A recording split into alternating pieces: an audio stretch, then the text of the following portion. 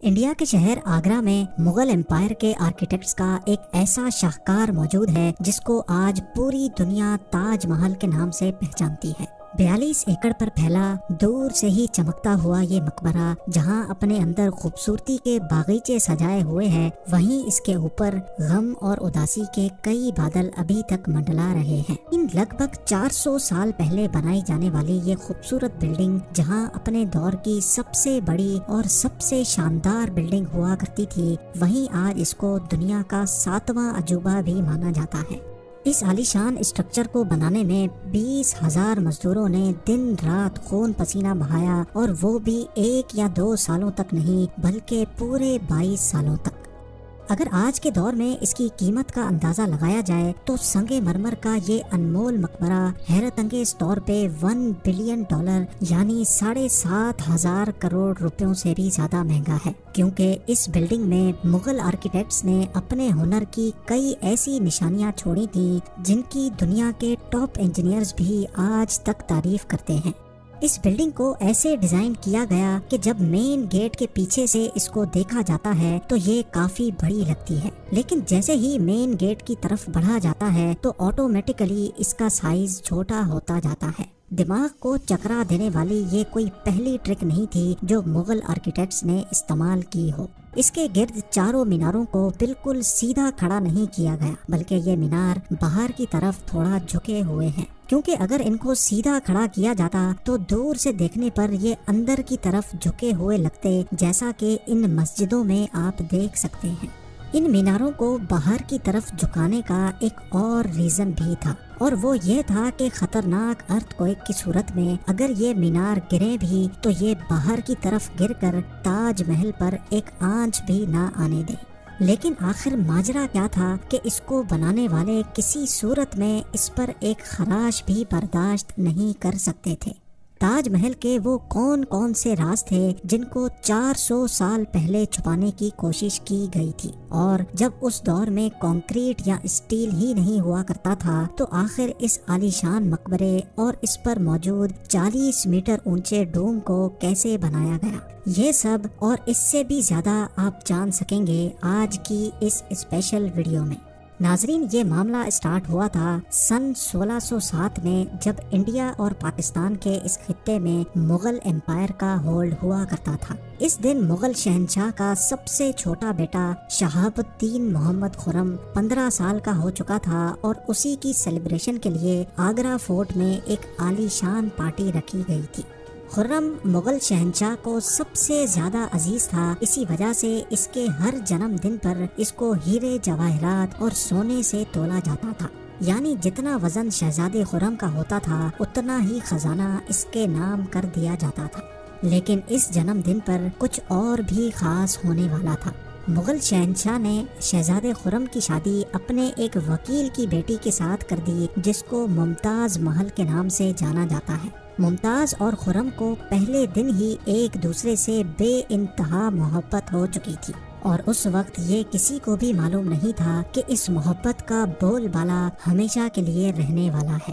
اگلے 10 سالوں تک شہزادے نے کئی جنگیں لڑی اور ان میں بھرپور کامیابی بھی حاصل کی۔ اسی وجہ سے شہنشاہ نے خوش ہو کر ان کو شاہ جہاں کے لقب سے نوازا، جس کا مطلب ہے دنیا کا بادشاہ۔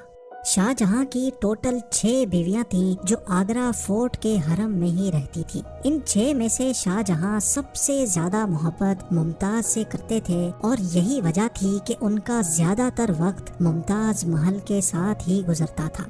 وقت تیزی سے گزرتا جا رہا تھا، اور 4 سالوں کے بعد یعنی 1621 میں مغل شہنشاہ اچانک چل بسے۔ شاہ جہاں جو پہلے ہی مغل امپائر میں خاصا فیمس ہو چکا تھا اور جو شہنشاہ کا چہیتا بیٹا بھی تھا، 1628 میں یعنی باپ کی موت کے 7 سالوں بعد اس نے شہنشاہ کی گدی سنبھال لی۔ پوری مغلیہ سلطنت اپنے نئے شہنشاہ سے بے حد خوش نظر آتی تھی۔ یہ وہ پیریڈ تھا جب مغل امپائر اپنے پورے عروج پر تھی، یعنی پورے انڈیا پاکستان کے ساتھ ساتھ افغانستان کے بھی کئی حصوں میں مغلیہ سلطنت کا راج ہوا کرتا تھا۔ سارے فیصلے شاہ جہاں خود کرتا تھا، جبکہ ممتاز محل پیچھے رہ کر شاہ جہاں کو مشورے دیا کرتی تھی۔ لیکن کسی کو بھی اس بات کا علم نہیں تھا کہ یہ خوشیاں عنقریب ماتم میں بدلنے والی ہیں۔ گدی سنبھالے ابھی 1 ہی سال گزرا تھا کہ ایک بار پھر سے مغل امپائر کو دشمنوں کا سامنا کرنا پڑا۔ اگلے 2 سال جنگ چلتی رہی اور شاہ جہاں کو اس جنگ میں بھی بھرپور کامیابی نصیب ہوئی، لیکن شاہ جہاں ابھی اس کامیابی کا جشن مناتے کہ ان کو ایک افسوسناک خبر سے آگاہ کیا گیا۔ ممتاز محل جو کہ شاہ جہاں کے 14ویں بچے کو جنم دے رہی تھی، اس کی حالت بگڑ گئی اور 17 جون سن 1631 کو وہ نہ چاہتے ہوئے بھی اس دنیا سے چل بسی۔ پوری مغلیہ سلطنت کا جشن دیکھتے ہی دیکھتے ماتم میں بدل گیا۔ یہ خبر جو شاہ جہاں پر آگ بن کر گری تھی، اس نے تو جیسے ان کی دنیا ہی ختم کر ڈالی۔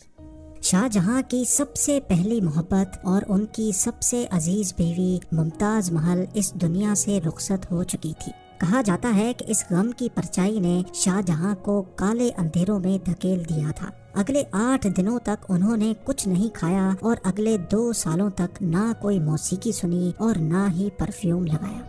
ممتاز محل نے مرنے سے پہلے ایک آخری خواہش کی تھی۔ وہ چاہتی تھی کہ ان کی قبر دنیا کے سب سے خوبصورت مقبرے میں بنائی جائے۔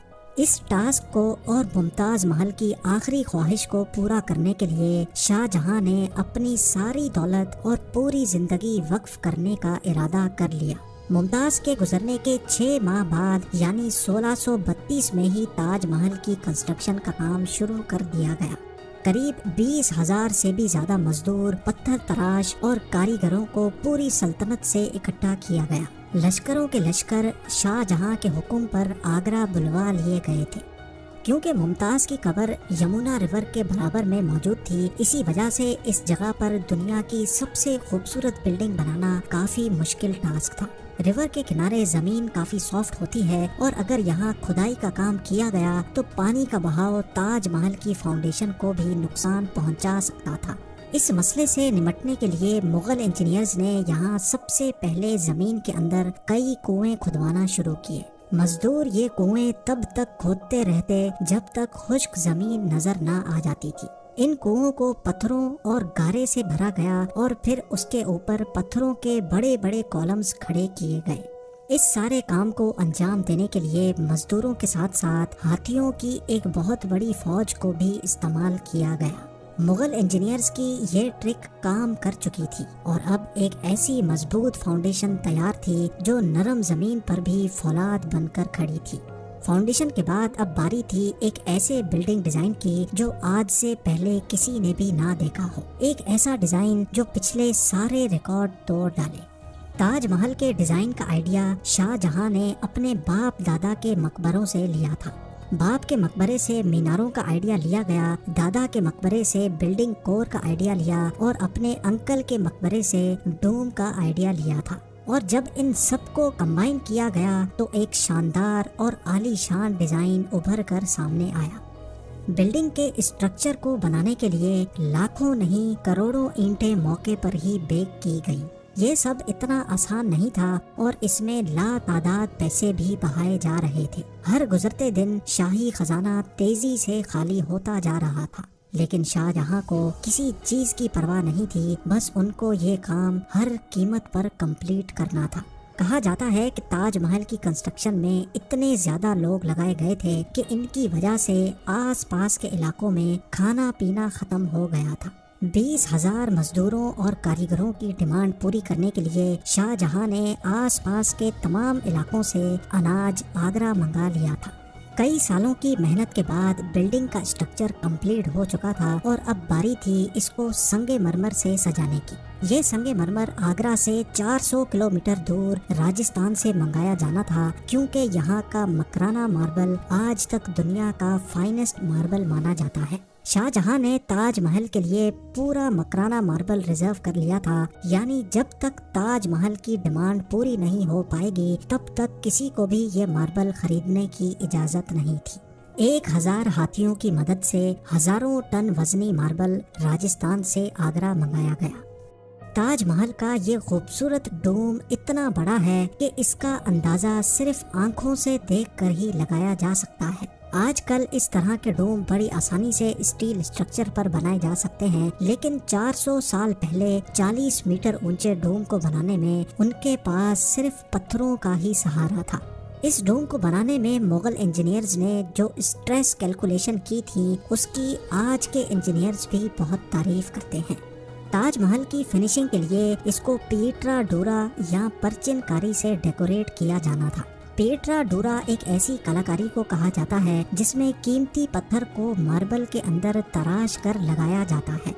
ماربل کو بڑی مہارت اور باریکی سے قیمتی پتھر کی شیپ کے حساب سے تراشا جاتا ہے اور پھر اس میں پتھر کو گلو کے ذریعے چپکایا جاتا ہے۔ تاج محل پر استعمال ہونے والی گلو کوئی عام گلو نہیں تھی۔ کافی ریسرچ اور لیبارٹری ٹیسٹ کے بعد معلوم پڑا کہ یہ گلو شیرہ، لیمن جوس اور سنگ مرمر پاؤڈر کو ملا کر بنائی جاتی تھی۔ وہی سیم گلو آج بھی تاج محل کی رینوویشن کے لیے استعمال کی جاتی ہے۔ تاج محل کی خاص باتوں میں ایک بات یہ بھی ہے کہ یہ دن میں 4 مرتبہ اپنے رنگ بدلتا ہے۔ سورج نکلنے سے پہلے یہ بالکل بلیک شیڈ دیتا ہے، سورج نکلنے کے بعد یہ لائٹ یلو اور پنک شیڈ دیتا ہے، جبکہ دوپہر کے وقت تاج محل کی خوبصورتی کا نیا رخ دیکھنے کو ملتا ہے، نیلے آسمان پر جیسے موتی چمک رہا ہو، اور سن سیٹ کے وقت یہ پوری بلڈنگ گولڈن کلر کی دکھائی دیتی ہے۔ پورے 22 سالوں کے بعد سن 1654 میں تاج محل کی کنسٹرکشن کا کام مکمل کر لیا گیا۔ شاہ جہاں اپنی بیگم کی یاد میں دنیا کا سب سے خوبصورت مقبرہ بنانے میں کامیاب ہو چکا تھا۔ شاہ جہاں نے اس عالی شان عمارت کا نام اپنی پسندیدہ بیوی کی یاد میں ہی رکھا۔ ممتاز محل سے اس کا نام تاج محل رکھ دیا گیا۔